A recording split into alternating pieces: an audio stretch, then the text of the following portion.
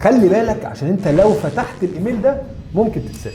هتقولي لا لا لا قصدك لو دوست على اللينك اللي جوه الايميل.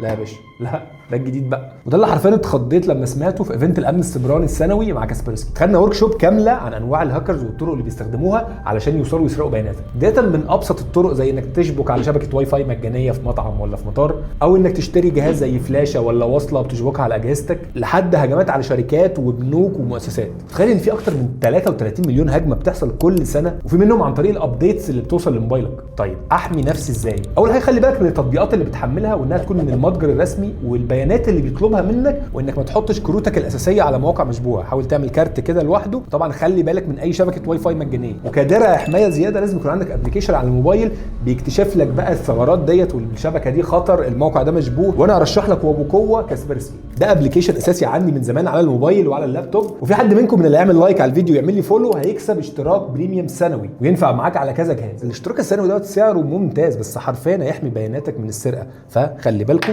والسلام عليكم.